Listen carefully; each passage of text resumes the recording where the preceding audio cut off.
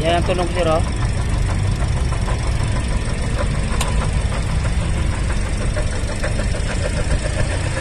Yan. Narinig mo sir?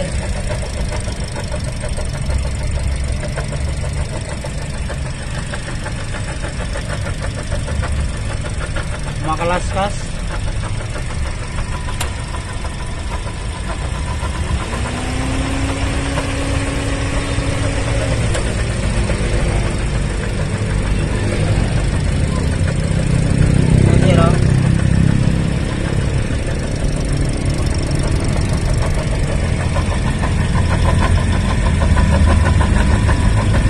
Okay mga team Diano si Auto Repair Shop. Ayan, magpapalit tayo ng water pump. Ayan, water pump. Ngayon, kung mapapansin nyo, papakita namin sa inyo. Ito yung bago natin. Ito naman yung luma natin. Kasi maingay ito pagka umaandar. Yan, ipaparinig ko sa inyo yung yan, narinig nyo naman yung yung pinaka tunog nitong Toyota Vios na to. And then papakita namin sa inyo kung ano yung pagkakamali dito sa dalawang to, kung ano yung sira. Hawakan mo dyan para makita mo.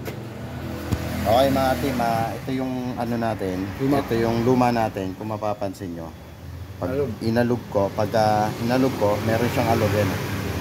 May alog siya. Yan, may alog. Kumbaga, pag in-up and down ko, mararamdaman yung alog, yung clearance ng bearing. Ayan. Tapos dito sa bago, pansinin nyo, wala siyang clearance kahit anong alog. Tapos pag inikot natin, medyo smooth na smooth. Balik, wala siyang sabit. Yan. Ito naman, pag inikot natin itong water pump na to, wala rin, no? Papansinin nyo, wala rin sabit. Pero pagka binalik nyo, yan, binalik-balik nyo, hanapin nyo lang, yan. Binalik nyo, meron na siyang mararamdaman na medyo mabigat, yung kumakaskas. Tapos yung clearance niya, ayan. Kaya nangyayari, maingay ito. Ayan, may magaspam pag binabalik-balik. Ayan, mga kapin. Ayan. Kaya, pero kung gagawin nyo is iikutin nyo lang doon na nakalagay ito, automatic wala kayong mararamdaman. Talaga smooth lang. Sabihin nyo lang normal, pero ang pinaka the best way niyan, alugin nyo siya ng ng taas babae, no? Paano ba hawak yan? Ayun o, mararamdaman nyo. Dapat wala akong clearance yan, ha? Kasi pag may clearance po yan ng taas baba na ganito, possible po ito yung sumasabit, sumasabit na. Pero pag inikot mo, smooth na smooth, parang kala mo talaga walang problema. Ito, okay na siya, diba?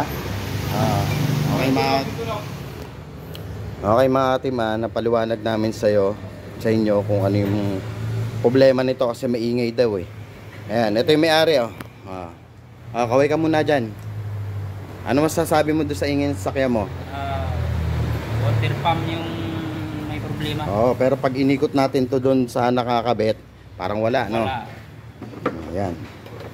Okay mga team, maraming salamat at hindi na namin papatagalin pa ang aming video. At least nakapagbigay kami sa inyo ng ng DIY tips kung ano yung naging problema. Okay mga team Dano sa Auto Repair Shop, handa magbigay ng DIY tips. Paalam. Goodbye, Toyota Vios.